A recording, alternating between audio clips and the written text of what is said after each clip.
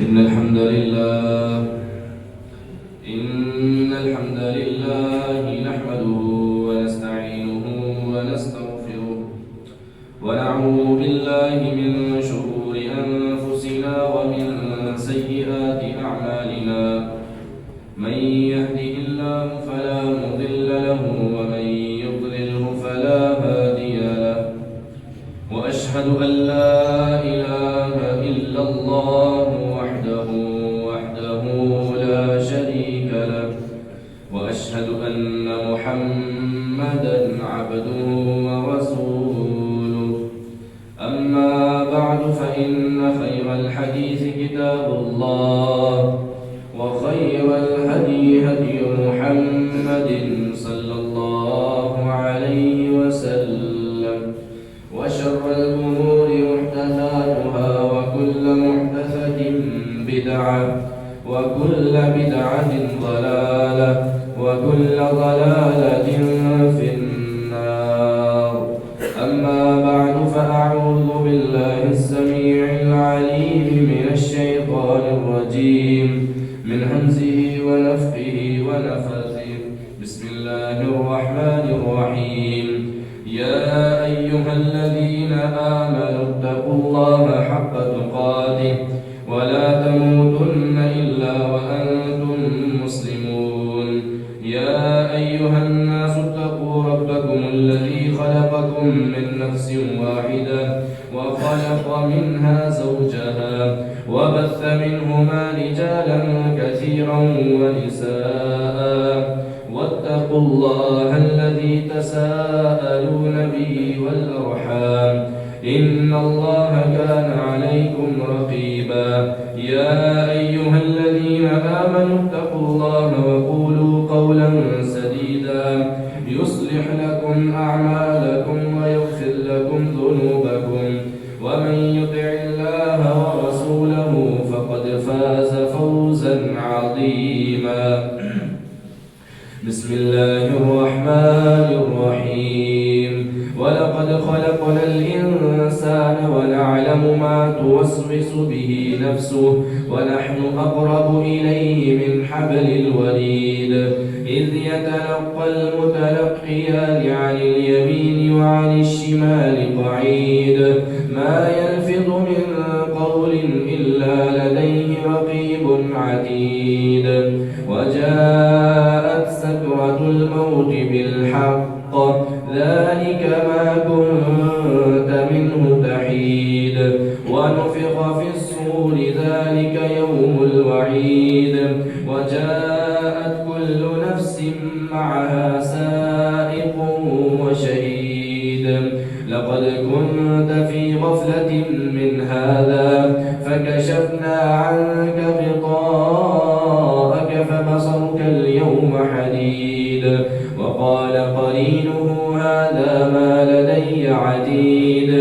ألقيا في جهنم كل كفار عنيد مناع للخير معتد مريب. الذي جعل مع الله إلها آخر فألقياه في العذاب الشديد. قال قرينه ربنا ما أطغيته ولكن كان في ضلال بعيد. قال لا تختصموا لدي وقد قدمت إليكم بالوعيد ما يبدل القول لدي وما أنا بظلام للعبيد. وقال جل وعلا في مقام آخر شهر رمضان الذي أنزل فيه القرآن هدى للناس. وقال النبي صلى الله عليه وسلم الصيام والقرآن يشفعان للعبد يوم القيامة أو كما قال النبي صلى الله عليه وسلم.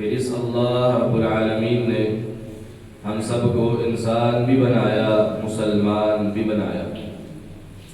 یہودی، عیسائی، ہندو، سکھ، غیر مسلم یہ سارے انسان ہیں، لیکن اللہ تعالیٰ کا ہم سب پر کتنا بڑا احسان ہے کہ اللہ رب العالمین نے ہم سب کو انسان بھی بنایا، توحید والا مسلمان بھی بنایا، اور نبی علیہ السلام کا غلام بھی بنایا۔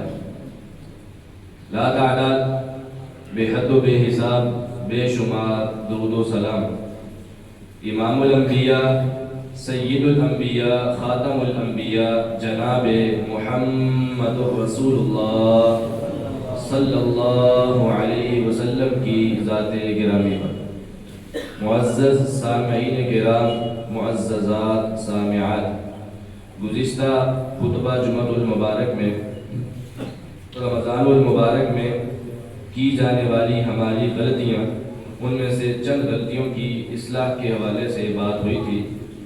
آج رمضان المبارک کا دوسرا خطبہ جمعۃ المبارک ہے۔ اللہ تعالیٰ سے خصوصی طور پر دعا کرتے ہیں کہ یا رب، جتنا رمضان باقی رہ گیا ہے، یا اللہ ہمیں اس کی تمام برکات کو سمیٹنے کی توفیق عطا فرما، اور جتنا گزر گیا ہے یا اللہ ہم صحیح طریقے سے اس کو نہیں گزار سکے، صحیح طریقے سے عبادت نہیں کر سکے، یا اللہ ہماری غلطیاں کوتاہیاں معاف فرما۔ اللہ تعالیٰ نے قرآن پاک میں ایک بات ارشاد فرمائی، کہا شہر رمضان الذی انزل فیہ القرآن۔ رمضان وہ مہینہ ہے جس میں اللہ رب العالمین نے قرآن پاک کو نازل کیا۔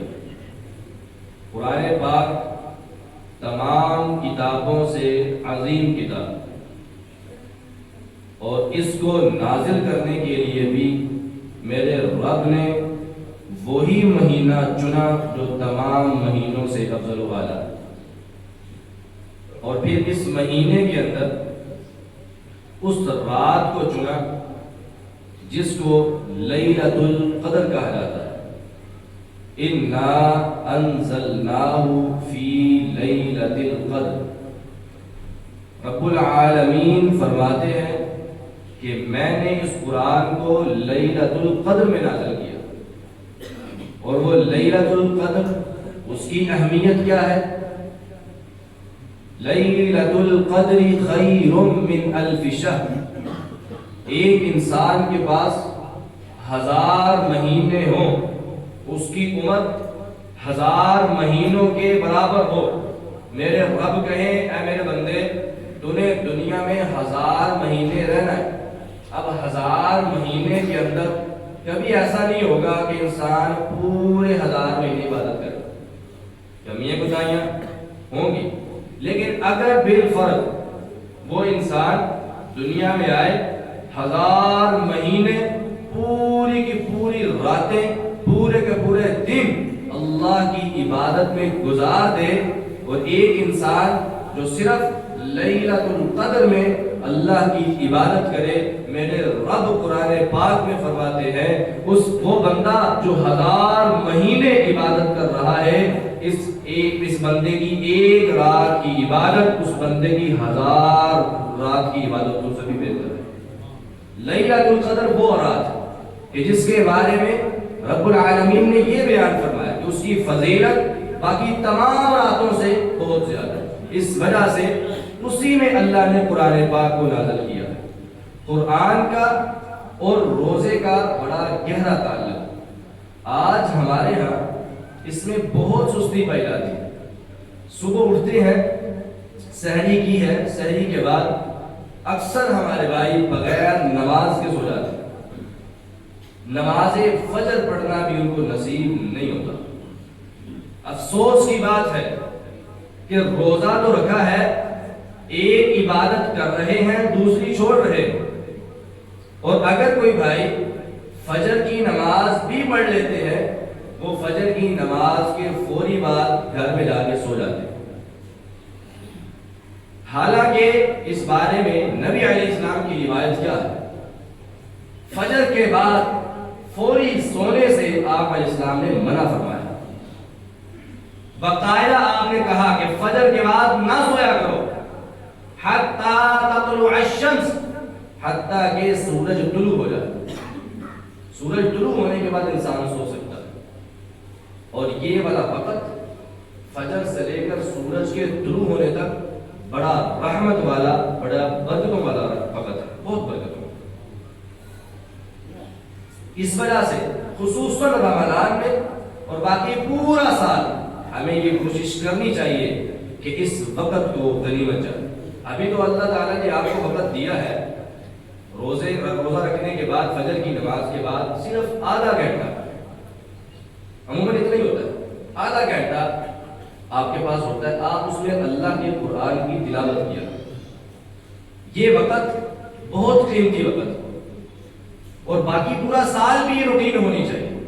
نبی صلی اللہ علیہ وسلم کی حدیث، آپ نے فرمایا ان للہ اہلین من الناس او کما قال، ہر بندے کے کچھ خاص لوگ ہوتے ہیں، کچھ خاص دوست ہوتے ہیں جن کے ساتھ وہ ہمیشہ پیار اور محبت سے پیش آتا ہے. اگر وہ سفارش بھی کر دیں تو یہ ان کی سفارش کو ٹالتا نہیں. خاص دوست ہوتے ہیں، کہتا ہے یار تیری بات میں ماننے لگا، میں ایسے میں گالنے سے بننے. خاص دوست ہے. اسی طرح میرے رب کے بھی خاص دوست ہیں جن کو اللہ اپنے بندے شمار کرتا ہے، خاص بندے. ان للہ اہلین من الناس، پوری دنیا میں جتنے لوگ ہیں ان میں سے کچھ لوگ اللہ کے خاص بندے ہیں. ویسے تو سارے بندے ہیں نا، اللہ کے خاص بندے کچھ لوگ ہیں. صحابہ کرام نے پوچھا من ہم یا رسول اللہ صلی اللہ علیہ وسلم، اللہ کے رسول وہ خوش قسمت لوگ کون ہیں؟ بتائیے، ہم بھی ان میں شامل ہونا چاہتے ہیں. جو خوبی ان لوگوں کی ہے ہم بھی اپنے اندر پیدا کرنا چاہتے ہیں. پیارے نبی جناب محمد رسول اللہ صلی اللہ علیہ وسلم نے کیا فرمایا؟ کہا اہل القرآن ہم اہل اللہ وخاصتہ. یہ قرآن پڑھنے والے جو لوگ ہیں، قرآن سے محبت کرنے والے، قرآن سے پیار کرنے والے جو لوگ ہیں، یہ اللہ والے ہیں اور ان کو اللہ کے خاص بندے کہا جاتا ہے. اللہ کے خاص بندے.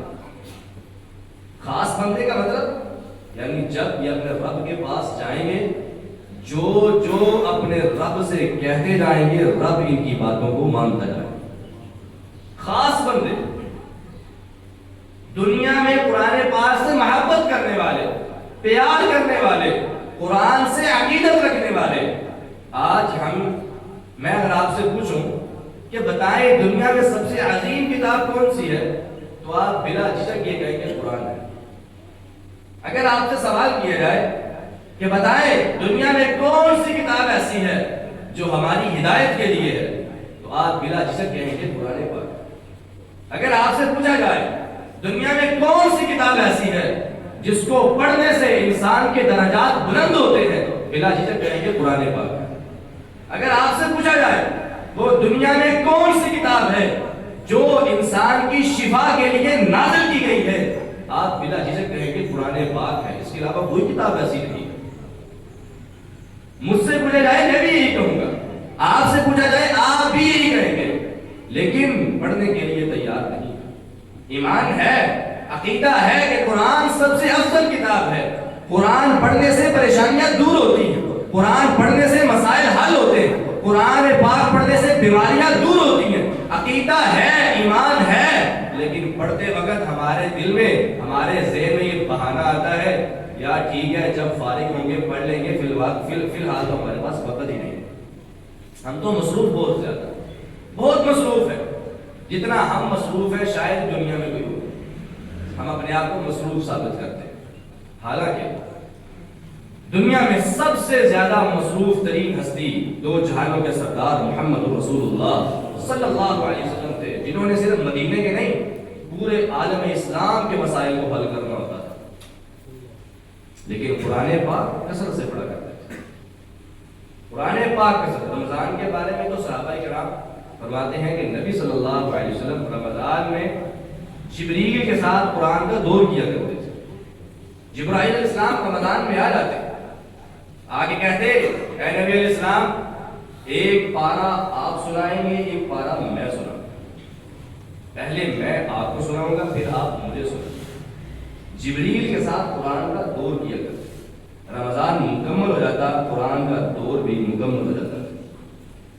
اور جس سال اللہ کے نبی علیہ السلام نے فوت ہونا تھا، آپ نے انتقال فرمانا تھا، اس سال جبرائیل علیہ السلام کے ساتھ اللہ کے نبی نے 2 دور کیے، یعنی 2 مرتبہ قرآن پاک کو پڑھا بھی اور 2 مرتبہ سنا۔ قرآن پاک کی فضیلت اور اہمیت کا یہ عالم نبی علیہ السلام نے فرمایا تھا، قرآن پاک کا ایک حرف پڑھنے سے کتنی نیکیاں ملتی ہیں؟ سب کو پتا ہے کتنی ملتی؟ 10 نیکیاں۔ اور آپ نے یہ وضاحت کی تھی، لا اقول الف لام میم حرف، میں یہ نہیں کہتا کہ الف لام میم ایک حرف ہے، بل الف حرف ولام حرف ومیم حرف۔ الف ایک حرف ہے، لام ایک حرف ہے، میم ایک حرف ہے، یعنی جس بندے نے ان 3 حرفوں کو اپنی زبان سے نکالا میرے رب اس کو 30 نیکیاں عطا فرما دیتے۔ الف لام میم پڑھنے میں کتنا وقت لگا؟ کوئی وقت نہیں۔ کیا ہمارے پاس اتنا بھی ٹائم نہیں ہے کہ ہم اپنی زبان سے الفاظ نکال سکیں؟ ہمارے پاس ٹائم ہے باتیں کرنے کے لیے، ٹائم ہے موبائل دیکھنے کے لیے، ٹائم ہے گپے مارنے کے لیے، جگتے مارنے کے لیے، مذاق کرنے کے لیے، ہر چیز ویڈیو موبائل ہر چیز کے پاس، ہر چیز کا ہمارے پاس ٹائم موجود ہے۔ ٹائم نہیں ہے تو قرآن کا نہیں ہے۔ جب کسی سے کہا جائے یا قرآن پاک پڑھ کے چلے جاؤ، مسجد میں آئے ہو، فجر کا ٹائم ہے، فجر کے بعد قرآن پاک، وہ کہتا ہے گھر جا کے پڑھ لوں گا جی، میں موبائل پہ پڑھ لوں۔ مسجد میں بیٹھنے کا ثواب، مسجد میں بیٹھ کے قرآن پاک کو ہاتھ میں پکڑنے کا ثواب۔ یہ جو بھائی قرآن پاک موبائل سے پڑھتے ہیں یہ بھی بات ذہن میں رکھیں، موبائل سے زیادہ قرآن پاک کو ہاتھ میں پکڑ کے پڑھنا زیادہ افضل ہے۔ یقین جانے اس مصحف کو ہاتھ میں پکڑنا بھی ثواب ہے، اس قرآن پاک کو ہاتھ میں پکڑنا بھی ثواب ہے۔ پھر جب انسان اس کے اوپر دیکھتا ہے، اس کو دیکھنا بھی ثواب ہے، اس کو پڑھتا ہے پڑھنا بھی ثواب۔ لیکن موبائل میں آپ پڑھیں گے تو صرف پڑھنے کا ثواب ملے گا، نہ پکڑنے کا نہ دیکھنے کا، ثواب میں کمی آ جائے گی۔ کوشش کیا کریں کہ قرآن پاک مصحف سے دیکھ کے پڑھا کریں، اللہ تعالیٰ ثواب میں اضافہ کروا دے۔ انسان کو بہت زیادہ ثواب ملتا ہے۔ ہاں کبھی مجبوری ہو تو انسان قرآن پاک موبائل سے بھی دیکھ کے پڑھ سکتا ہے، بس اوقات قرآن پاک موجود نہیں ہوتا یا انسان سفر میں ہوتا ہے، اس وقت اجازت ہے پڑھا جا سکتا ہے، کوئی مطلب معمولی یہ حرام والی بات نہیں، لیکن کوشش یہ کرنی چاہیے کہ انسان ہمیشہ قرآن پاک مصحف سے دیکھ کے پڑھے۔ اور پھر اس کے بارے میں قرآن پاک ترجمے سے پڑھنا زیادہ افضل ہے۔ اگر ہم ویسے اس کی فضیلت بہت زیادہ، پوری دنیا کائنات میں کوئی کتاب ایسی نہیں ہے کہ جس کو انسان بغیر سمجھے بھی پڑھے پھر بھی اس کا فائدہ ہو، سوائے قرآن۔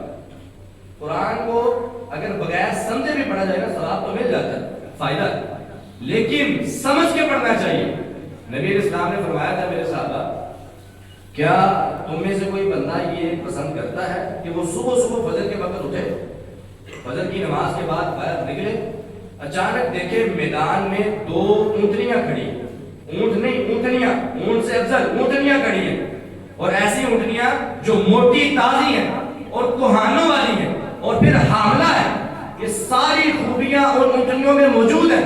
2 اونٹنیاں وہاں پہ کھڑی ہیں اور یہ کہا جائے کہ یہ 2 اونٹنیاں تم لوگوں کی ہیں، تم بتاؤ کیا تم وہ 2 اونٹنیاں لینے کے لیے تیار نہیں ہو گے؟ صحابہ کرام نے کہا کیوں نہیں، اگر ہمیں کہا جائے یہ ہماری اور فری میں مل رہی ہیں، ہم کیوں نہیں تیار ہوں گے؟ ہم تو تیار ہوں گے۔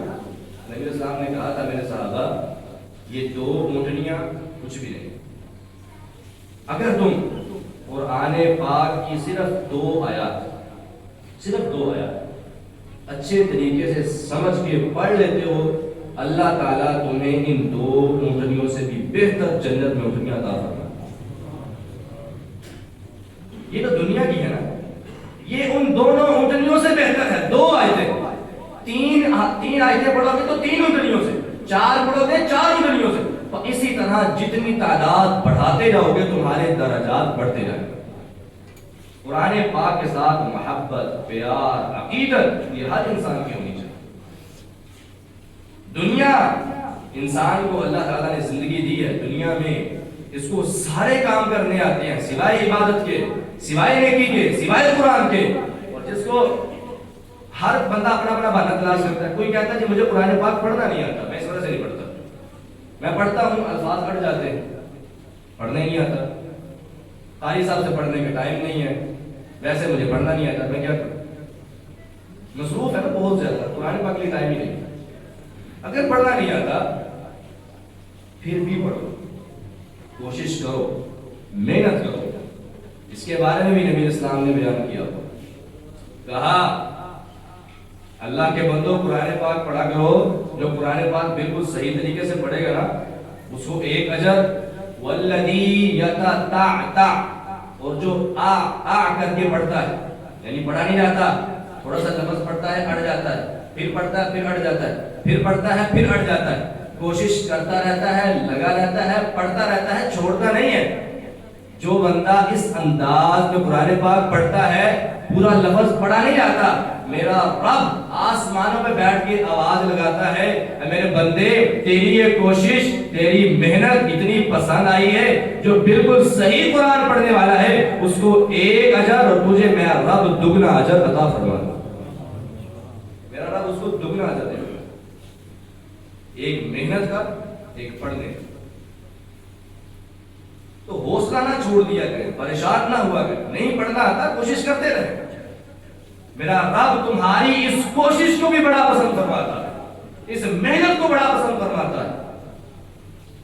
قرآن پاک کے ساتھ محبت، پیار، عقیدت یہ انسان کی ہونی چاہیے۔ اللہ تعالی ہمیں قرآن سے محبت کرنے کی توفیق عطا فرمائے۔ امام بخاری رحمہ اللہ، امام المحدثین، جن کی کتاب وہ کتاب ہے کہ پوری امت مسلمہ کا اتفاق ہے، اصح الکتب بعد کتاب اللہ، جن کی کتاب کو یہ مرتبہ ملا کہ قرآن پاک کے بعد اگر کوئی صحیح ترین کتاب پوری دنیا میں ہے تو صرف صحیح بخاری ہے، اس کے علاوہ کوئی۔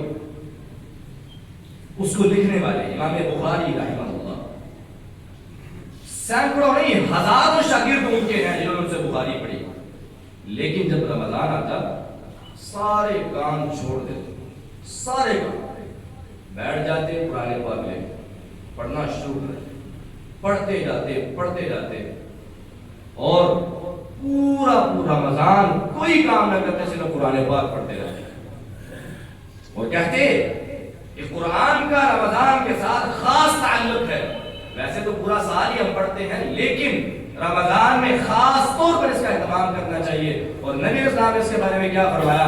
من قام رمضان ایمانا واحتسابا غفر له ما تقدم من ذنبه، جس نے رمضان میں قیام کیا اپنے رب کی خاطر، روزہ رکھا، صبح رات کو قیام کیا، قیام میں قرآن پاک پڑھا، اگر پڑھنا نہیں آتا سنا، کثرت سے سنا، محبت سے، شوق سے، لگن سے لگا رہا، پورا رمضان مکمل ہو گیا، پورا رمضان اس نے قیام نہیں چھوڑا، قرآن نہیں چھوڑا، رمضان جو ہی مکمل ہوگا میرا رب اس کی زندگی کے پچھلے سارے گناہوں کو معاف کر دے گا، پچھلے سارے گناہ معاف کرے گا، کوئی ایک بھی باقی نہیں رہے گا۔ رمضان میں قرآن پڑھنے کی فضیلت بہت زیادہ ہے، اہتمام کرے، ایک پارہ کم از کم ہونا چاہیے روزانہ، ایک پارہ۔ اگر آپ سمجھتے ہیں کہ آپ بہت زیادہ مصروف ہیں، آپ سے زیادہ مصروف بندہ ہی کوئی نہیں ہے، تو پھر آدھا کر، آدھا بھی نہیں پڑھ سکتے، ایک پاؤ پڑھے، ایک پاؤ بھی نہیں پڑھ سکتے، ایک صفحہ کر لے، کچھ نہ کچھ پڑھے تو صحیح، ایک صفحہ کر لے، ایک صفحہ بھی اگر سمجھ کے پڑھ لیں گے، اللہ کی قسم کھا کر کہتا ہوں رمضان مکمل ہوگا، رب ہمارا ہم پر راضی ہو جائے گا انشاءاللہ۔ تو کوشش کریں رمضان میں قرآن پاک کے ساتھ خاص تعلق اور خاص پیار کریں۔ امام ابن تیمیہ رحمہ اللہ بہت بڑے امام، وہ بہت دین کا کام کیا، آج بھی ان کی جو کتابیں لکھی ہوئی ہیں لوگ ان سے استفادہ کر رہے ہیں اور دین کو سمجھ رہے ہیں۔ جب جیل میں بند کر دیے گئے آخری عمر میں، جیل میں بیٹھ کے قرآن پڑھنے رہے، قرآن پڑھتے جا رہے ہیں، کہتے ہیں میں نے بڑی کتابیں لکھی ہیں لیکن آخری عمر میں جب میں قرآن پڑھ رہا تھا بہت زیادہ جب قرآن سے تعلق ہوا نا تو میرا دل کیا کہ میں ساری زندگی کوئی کام نہ کرتا، کاش میں قرآن کے ساتھ ہی تعلق بنا لیتا۔ افسوس ہوا کہ حالانکہ بڑا کام کیا دین کا، لیکن قرآن کے ساتھ جو خاص تعلق تھا اس کی وجہ سے افسوس کر رہے ہیں کہ کیوں نہیں ہو سکا۔ اور پھر کہا کہ میں نے جیل کے اندر بیٹھ کے 80 سے زائد مرتبہ قرآن پاک کو مکمل کر لیا۔ ائمہ و سلف صالحین، صحابہ کرام، سب کا قرآن کے ساتھ بڑا گہرا تعلق۔ ہمیں بھی چاہیے قرآن کے ساتھ محبت، پیار، عقیدت رکھیں۔ اس کے ثمرات بہت زیادہ ہیں، میں آپ کو گنوا نہیں سکتا، ان گنت لا تعداد۔ فوائد بہت زیادہ ہیں، دنیا میں بھی آخرت میں بھی۔ 2-3 صرف آپ کو سنا کے آپ کے ایمان کو تازہ کرنا چاہتا ہوں۔ آج ہر ماں باپ یہ سوچتا ہے کہ میری اولاد کا مستقبل بہتر ہو جائے، سوچتا کہ نہیں سوچتا؟ اس کے لیے کرتا بھی ہے سارا کچھ، جو کچھ اس کو کرنا پڑے وہ کرتا ہے، لیکن اپنی اولاد کے مستقبل کو بہتر کرنے کے لیے ساری محنت لگا لیتا ہے۔ اب اس کے پاس جو کچھ بھی ہوتا ہے ہر چیز وہ دے دیتا ہے، لیکن کہتا ہے کہ میری اولاد کا مستقبل بہتر ہو جائے۔ مستقبل کون سا بہتر کرنا چاہتا ہے؟ دنیا کا۔ وہ کہتا ہے میرا بیٹا کاروبار اچھا کرنا شروع کر دے، میرا بیٹا، میرے بیٹے کی شادی ہو جائے، اس کو جناب گھر چلانے کا پتہ چل جائے، یہ کاروبار صحیح طریقے سے کرنا شروع کر دے، اگر اس کا بزنس جو ہے نا وہ لگ جاتا ہے، کاروباری یہ بن جاتا ہے، تو بس میری زندگی کا مقصد پورا ہو، بس ٹھیک ہے۔ یہ ہمارے معاشرے کے والدین یہ سوچتے ہیں، لیکن مجھے ایمان سے بتائیں، دنیا کے لیے تو آپ نے اپنے بیٹے کے لیے، اپنی اولاد کے لیے سب کچھ کر لیا، جو ہی آپ کی آنکھ بند ہوگی یا آپ کے بیٹے کی بند ہوگی، اس کے بعد اس کا یہ کاروبار جو کام آئے گا، اس کا یہ بزنس جو تم نے اس کو دنیا کے کاروبار، دنیا کے معاملات سکھائے تھے، کیا قبر میں کام آئے گے، حشر میں کام آئے گے؟ وہ تو دنیا ہی ایسی ہے، وہ زندگی ایسی ہے، قبر والی اور حشر والی، جس کے بارے میں رب العالمین نے قرآن پاک میں کہا کہ وہ وہاں پہ تو ایسا حال ہوگا کہ لا یؤخذ منها عدل ولا تنفعها شفاعہ، نہ ہی وہاں پہ رشوت چلے گی، نہ ہی وہاں پہ کوئی مواخذہ چلے گا، نہ ہی وہاں پہ سفارش چلے گی، نہ ہی کوئی اللہ کے علاوہ مدد کرنے والا ہوگا، نہ ہی وہاں پہ ڈگریاں چلے گی، نہ ہی وہاں پہ جو ہے وہ تعلق اور واسطہ چلے گا۔ اگر کام آئے گا تو انسان کی نیکیاں کام آئیں گی، کام آئے گا تو انسان کا صدقہ جاریہ کام آئے گا، وہی اعمال صالح جو ساتھ لے کر گیا صرف وہ کام آئے گا۔ بیٹے کی آخرت کے لیے کیا کیا؟ پوری زندگی ماں باپ اپنے بیٹے کو بزنس مین بنانے کے چکروں میں رہتے، کبھی کسی ماں باپ نے اپنے بیٹے سے یہ نہیں کہا کہ بیٹا پارا پڑا ہے، آج نمازیں پوری پڑھی ہیں، آج تم نے قرآن پاک پڑھا ہے، آج تم نے فلاں نیکی کی ہے، صدقہ و خیرات کر کے آئے ہو، دین کی طرف رغبت اور شوق نہیں ہے، وہ کیسے کہے، اس کا اپنا نہیں۔ آج ہماری یہ حالت بڑے افسوس سے کہنا پڑتا ہے، معذرت کے ساتھ اللہ کی قسم کھا کر کہتا ہوں، قبر میں اگر کوئی عذاب سے بچانے والی چیز ہے تو صرف قرآن، صرف قرآن۔ سلسلہ احادیث صحیحہ کی روایت توجہ کیجیے گا، نبی صلی اللہ علیہ وسلم نے فرمایا انسان مومن بھی ہوگا نا، عقیدہ تو اس میں ہے، لیکن ظاہری بات ہے گناہ تو ہو جاتے ہیں ہر انسان سے، گناہوں کی وجہ سے نا انسان قبر میں لیٹا ہے، عذاب آ جائے گا، عذاب آیا ہے، انسان لیٹا ہو، پاؤں کی طرف سے عذاب آئے گا۔ انسان موحد ہے، توحید والا ہے، نمازیں ساری پڑھی ہیں، روزے سارے رکھے ہیں، فرائض پورے ادا کیے، عذاب پھر بھی آ گیا۔ اب اس انسان کو عذاب ہونے لگا، جب پاؤں کی طرف سے عذاب آئے گا، ایک نیکی سامنے آئے گا، آ کر اس کے سامنے رکاوٹ بن جائے گی۔ وہ نیکی کون سی ہوگی؟ دفعتہ مشیہ الی المساجد، وہ انسان اپنے ان قدموں کے ساتھ گھر سے مسجد کی طرف چل کر آیا کرتا ہے، وہ نیکی سامنے آیا، یا رب یہ وہ پاؤں ہیں جو پاؤں مسجد میں چل کر جایا کرتے تھے، یہ وہ پاؤں ہیں جو گندے راستوں پر نہیں چلے، تھیٹروں کی طرف چل کر نہیں گئے، یہ وہ پاؤں ہیں جو برائی پر نہیں چلے، یہ مسجد کی طرف چل کر گئے ہیں, ہمیشہ نیکی کی طرف چل کر گئے ہیں, یا رب ان پاؤں پر عذاب ہو, ایسا نہیں ہوگا. وہ نیکی سامنے آ جائے گی, رکاوٹ بن جائے گی, وہ نیکی رکاوٹ بنے گی, یہ عذاب آگے آ جائے گا. ہاتھ کی طرف سے آئے, جب ہاتھ کی طرف سے عذاب آئے گا دفعت الصدقہ, صدقے والی نیکی سامنے آ جائے گا. یا رب دنیا تھی, لوگ سارے کوئی کسی جگہ پہ خرچ کر رہا ہے, کوئی کسی جگہ پہ خرچ کر رہا ہے, یہ جو تیرا بندہ تھا نا سارا دن کماتا تھا, حلال کی روزی, حلال کی کمائی, خون پسینہ ایک کر کے رات کو جو جمع پونجی اس کی ہوتی اس میں سے تھوڑا سا حصہ اللہ کی راہ میں دیتا تھا. یا رب یہ دنیا میں صدقہ و خیرات صرف تیری رضا کی خاطر کیا کرتا تھا, آج انہی ہاتھوں سے عذاب ہو, ایسا نہیں ہو. نیکی سامنے آئے, جب عذاب آگے آئے گا نا منہ کی طرف سے, یہ ہے بات کہ انسان چاہے وہ روزہ بھی رکھے, نمازیں پڑھے, پورا نیک ہو, عقیدہ توحید بھی ہو, قرآن سے تعلق نہ ہو تو نجات نہیں ہے. منہ کے ذریعے جب عذاب آئے گا تو سامنے جو نیکی آئے گی دفعتہ تلاوت القرآن, وہاں پہ اگر عذاب کو روکنے والی نیکی ہے تو صرف قرآن کی تلاوت ہے. قرآن کی تلاوت والی نیکی سامنے آ جائے گی اور بحث مباحثہ کرے گی, اللہ تعالیٰ کے ساتھ بحث کرے گی. یا رب یہ وہ منہ ہے, یہ وہ زبان ہے جس کے ذریعے یہ تیرا بندہ قرآن کی تلاوت کرتا تھا, پوری زندگی اس نے قرآن کو نہیں چھوڑا, آج میں قرآن اس کو نہیں چھوڑوں گا, اس کو عذاب نہیں ہونے دوں گا, آج میں اس کی دوستی نہیں چھوڑوں گا. قرآن آ جائے قبر. اگر انسان وہاں پہ نجات چاہتا ہے تو دنیا میں قرآن سے محبت کرنی پڑے, قرآن سے پیار کرنا پڑے. وہاں پہ فرشتوں کو یہ نہیں کہا جائے گا کہ میرا فلانا عہدیدار ڈی ایس پی ہے, میرا فلانا رشتہ دار جو ہے نا ایس ایچ او ہے, میں فون کرا دینا تیری عہدے, ایسا نہیں ہوتا.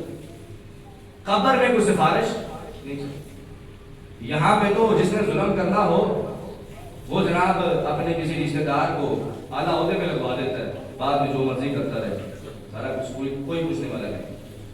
ہر ظالم, ہر جابر اس کو پیچھے حوصلہ دینے والا کوئی عہدیدار ہوتا. لیکن قبر میں ایسا نہیں ہے. قبر میں کوئی کسی سے نہیں کہے گا فلانا کا فون کرا دے تو میں چھڑ دے گا, فلانا کا کرا دے تو میں چھڑ دے گا, فلانے سے سفارش لائے تو میں چھڑ دے گا. نہیں, لا تنفعها شفاعت. وہاں پہ اگر بچنا چاہتے ہو, نجات ممکن ہے, قرآن سے محبت کر لو, پیار کر لو, یہ تمہیں قبر کے عذاب سے محفوظ کروا دے. قبر سے عذاب ہٹ گیا. جب قیامت کا دن ہوگا لوگ اٹھیں گے قبروں سے, سب نے اٹھنا ہے. یہاں پہ ہم تو یہ کہتے ہیں نا کہ یار میری قبر وہاں پہ بنوانا جہاں پہ میرے ماں باپ کی قبر ہو, جہاں پہ میرے بیٹے کی قبر ہے وہاں پہ میری قبر بنانا. ہم سب کی قبر ایک ساتھ ہونی چاہیے, ٹھیک ہے, لیکن جب قیامت کا دن تم اٹھو گے, یوم یفر المرء من اخیہ وامہ وابیہ وصاحبتہ وبنیہ. میرے رب نے فرمایا قیامت کے دن جب اٹھو گے, بھائی بھائی سے بھاگے گا, بیٹا باپ سے بھاگے گا, اور باپ اپنے بیٹے سے بھاگے گا, اپنی بیوی اور اپنے بچوں سے بندے بھاگیں گے اور کہیں گے آج ہم تمہارے کام نہیں آنے والے. کوئی اگر نیکی مان بھی لے گا تو اس کی نیکی کو اس کو کہا جائے گا میری بھی نیکیاں تھوڑی ہیں, میں تمہیں کچھ نہیں دوں گا. ماں باپ اگر کچھ کہیں گے تو انسان اس کی بھی نہیں مانے گا, بیٹے کی نہیں مانے گا, بیٹے کی پرواہ نہیں ہوگی, کسی بھی انسان کی پرواہ نہیں ہوگی. اس وقت نفس و نفسی کا عالم ہوگا اور انسان اپنی پرواہ کرے گا, بس کہے گا یا رب مجھے بچا لے, میرے سارے خاندان کو پکڑ. اس وقت یہ عالم ہوگا. انسان اٹھے گا, کوئی کسی کا کچھ نہیں بنتا, کوئی کسی کا دوست نہیں ہے, کوئی کسی کو چاہنے والا نہیں ہے, کوئی کسی کو جاننے والا نہیں. ہر کوئی دنیا ادھر دیکھ رہا ہوگا کہ اب میرے ساتھ کیا کرنے والا ہے. نبی صاحب نے فرمایا تھا تم قیامت کے دن اٹھو گے ایسے جیسے تم ماں کے پیٹ سے دنیا میں آئے تھے. جب انسان ماں کے پیٹ سے آیا تھا اس کے جسم پر کپڑے نہیں تھے, رو رہا تھا, اس کے ختنے بھی نہیں ہوئے تھے اور وہ بول بھی نہیں سکتا تھا. انسان قیامت کے دن سیم اس طرح کا ہو جائے, نہ اس کے جسم پر کپڑے ہوں گے, نہ اس کا خطرہ ہوگا, نہ ہی وہ بول سکے گا. الیوم نختم علی افواہہم, اس کے منہ پر مہر لگا دی جائے گی, وہ کچھ نہیں بول سکیں گے.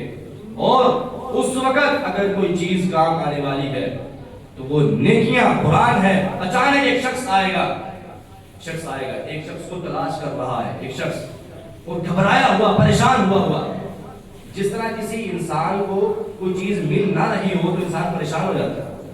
اکثر آپ نے دیکھا ہوگا بچہ گم ہو جائے نا تو والدین اگر بچے کو تلاش کر رہے ہو تو جس طرح والدین کی رنگت ہوتی ہے، منہ کی رنگ اڑا ہوتا ہے، پریشانی کا عالم ہوتا ہے کہ بچہ کدھر گیا، لیکن جو ہی بچہ سامنے آتا ہے تو فوری رنگت ٹھیک ہو جاتی ہے۔ سیم اسی طرح ایک شخص تلاش کر رہا ہو، دیکھ رہا ہو وہاں بندہ نہیں ملا، اچانک یہ بندہ قبر سے نکلے گا نا تو اس جو تلاش کرنے والے بندے کی نظر پڑے گی، فوری اس کی رنگت ٹھیک ہو جائے گی، باقی کہے گا حل تعریفونی، مجھے پہچانتے ہو میں کون؟ وہ شخص جو تلاش کر رہا تھا وہ آگے اس قبر والے سے پوچھے گا مجھے جانتے ہو میں کون؟ وہ سوچے گا کہ یہ تو وہ جگہ ہے جہاں پہ نہ میرا ماں باپ میرا ہے، نہ میرے بیٹے، نہ میری اولاد، نہ میرے بہن بھائی، کوئی میرا نہیں، تو یہ کون ہے جو مجھے پوچھ رہا ہے کہ مجھے جانتے ہو؟ یہ کہے گا میں تمہیں نہیں جانتا۔ وہ آگے سے کہے گا انا تلاوتک القرآن، میں وہ تلاوت ہوں قرآن کی جو دنیا میں کیا کرتا تھا، آج تیرا کوئی نہیں ہے لیکن میں جنت تک تیرے ساتھ رکھوں گا۔ کہے گا ہاتھ کا رکھا، قبر والا ہاتھ کرے گا، یہ ایک ہاتھ میں جنت کا ایک ٹکٹ رکھے گا، کہے گا یہ تیرا جنت کا ٹکٹ ہے، اور دوسرے ہاتھ میں ہمیشہ والی نعمتوں کا ٹکٹ رکھ کے کہے گا خوش ہو جا، قرآن کی تیری دنیا میں جو تو نے تلاوت کی تھی اس نے تجھے آج کامیاب کر دیا، یہ ٹکٹ لے کے خوش ہو جا۔ لیکن آگے چلا جائے گا، ظاہر بات ہے باری کا انتظار تو کرنا ہے، ہر کسی کی جو ہے نا وہ آہستہ آہستہ باری آ رہی ہے، پہلے فلاں ہے فلاں ہے فلاں ہے، ساری دنیا کھڑی، یہ انسان ٹکٹ لے کے کھڑا ہے، دھوپ بہت زیادہ، تپش بہت زیادہ، سورج سوا نیزے پہ، یہ ٹکٹ لے کے کھڑا ہے، اچانک پرندوں کا جھنڈ آئے گا، پرندوں کا ایک جھنڈ قطار کی شکل میں آئے گا، اس انسان کے اوپر سایہ کر دے، جب اس کے اوپر سایہ ہوا یہ دیکھنے لگا، وہ پوری دنیا کے لوگ دیکھنے لگے، یا رب یہ کون ہے، اتنا عظیم انسان، کیا دنیا میں عہدیدار تھا، کوئی ڈی ایس پی، کوئی ایس ایچ او، کوئی جناب M P A M N A, اتنا کوئی وزیر اعظم، کو بڑا جنرل کرنل، یہ کون ہے جس کو اتنا مقام دیا جا رہا ہے، اتنی شرف دیا جا رہا ہے، یہ کون ہے؟ ابھی سارے لوگ سوچ رہے ہوں گے، اچانک بادل کا ٹکڑا آئے گا، وہ بادل کا ٹکڑا ان پرندوں کے اوپر سایہ کر دے، بس اوقات پرندوں کے پروں سے بھی کوئی تھوڑی تپش جو ہے وہ نیچے آ جاتی ہے، لیکن جب بادل کا ٹکڑا آ جائے گا تو وہ بھی تپش نیچے نہیں آئے گی، اس انسان کو مکمل چھاؤں میں کر دیا جائے گا، آواز لگے گی اقرأ الصحراءین، یہ پرندوں کا جھنڈ نہیں ہے اصل میں، یہ بادل کا ٹکڑا اصل میں بادل نہیں ہے، یہ سورہ بقرہ اور سورہ آل عمران ہے، یہ انسان دنیا میں ان دونوں سورتوں سے محبت کرتا تھا، پیار کرتا تھا، ان کو پڑھتا رہتا تھا، یہ بندہ بھی ان دو سورتوں سے محبت کرے گا، اللہ قیامت والے دن ان کو اس دونوں سورتوں کا سایہ عطا فرمائے گا، دونوں کا سایہ ہے، ہاتھ میں ٹکٹ ہے، انتظار کر رہا ہے اپنی باری، آواز لگے گی فلاں بن فلاں آ جائے، یہ چلے گا، ہاتھ میں ٹکٹ ہے اور ساتھ میں وہ جو سایہ تھا نا وہ سایہ بھی ساتھ ساتھ جائے گا، اللہ تعالیٰ کے سامنے کھڑے ہو جائیں گے، اب وہ جو سایہ تھا نا وہ جب اللہ کے سامنے پہنچے گا تو وہ اب تلاوت کی شکل اختیار کرے گا، اللہ کے سامنے آ جائے گا، اس کے اور رب کے درمیان آ جائے گا، یا رب اس نے مجھے دنیا میں پڑھا تھا، آپ مجھے ایمان سے بتائیں کیا میں یا آپ اپنے ایک دن کا اپنے رب کو حساب دے سکتے ہیں؟ چاہے ہم موحد ہی کیوں نہ ہوں، ہم مومن ہی کیوں نہ ہوں، نمازیں پڑھنے والے، روزے رکھنے والے، سارے نیک اعمال کرنے والے، اللہ کی قسم ہم اپنے ایک سیکنڈ کا بھی حساب اپنے رب کو نہیں دے سکتے، ایک سیکنڈ کا حساب نہیں دے سکتے، لیکن یہ دو صورتیں ہیں، یہ سامنے آ کے کہے گی یا رب اس بندے نے مجھ سے پیار کیا تھا، محبت کی تھی، عقیدت کی تھی، مجھے پڑھتا تھا، دنیا میں کوئی لمحہ بھی اس نے ضائع نہیں کیا، قرآن سے محبت کرتا رہا، یتحاجان عن صاحبہما، حدیث کے الفاظ ہیں، یہ دونوں صورتیں بحث کریں گی، جھگڑا کریں گی، بس و مباحثہ، یا رب تکرار نہیں، اللہ کہے گے عذاب ہوگا نہیں، بار بار تکرار کر کے میرا رب کہیں گے چل ٹھیک ہے تہاڈی مان لینے ہیں، اس کو بغیر حساب کے جنت میں داخل کر دیا۔ فائدہ کس نے دیا ہے؟ قرآن۔ جنت تک آخر دوست کون بنا رہا ہے؟ قرآن۔ دنیا کی ساری دوستیاں بیکار، فضول، دنیا میں ہی رہ جائیں گے۔ آج آپ کے رشتہ دار دنیا میں رہ جائیں گے، جتنے مرضی محبت کا دعویٰ کر لیں، یہ ساری محبتیں دنیا کی حد تک۔ قبر کا جب معاملہ ہوگا یا حشر کا، کوئی کام نہیں آئے گا سوائے قرآن۔ تو قرآن سے محبت کرنی چاہیے نہیں کرنی چاہیے؟ بتائیں، کرنی چاہیے کہ نہیں کرنی چاہیے؟ کرنی چاہیے۔ اللہ تعالیٰ ہمیں اس کی توفیق عطا فرمائے۔ پڑھیں گے قرآن انشاءاللہ، ترجمے کے ساتھ پڑھیں گے انشاءاللہ، سمجھ کے پڑھیں گے انشاءاللہ۔ اللہ ہمیں اس کی توفیق عطا فرمائے۔ وآخر دعوانا الحمدللہ۔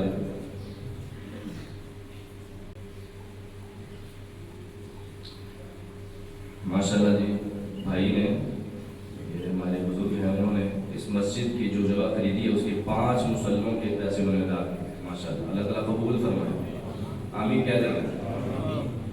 اپنے لیے بھی دعا کریں اور جو دے رہے ہیں ان کے لیے بھی دعا کریں۔ اللہ تعالیٰ جو دے رہے ہیں ان کا دیا اپنی بارگاہ میں قبول و منظور فرمائے۔ یقینی بات ہے کہ رمضان کے مہینے میں اگر 1 روپیہ بھی دیا جائے تو اس کی اہمیت اور فضیلت بہت زیادہ ہوتی ہے، اور بجائے اس کے کہ مسجد کی جگہ خریدی جائے اور ایسی جگہ جہاں پہ ہمیشہ قرآن پاک پڑھا جائے گا، نمازیں پڑھی جائیں گی انشاءاللہ، جب تک وہ مسجد رہے گی تب تک آپ کو ثواب زیادہ رہے گا۔ تو یہ بہت بڑی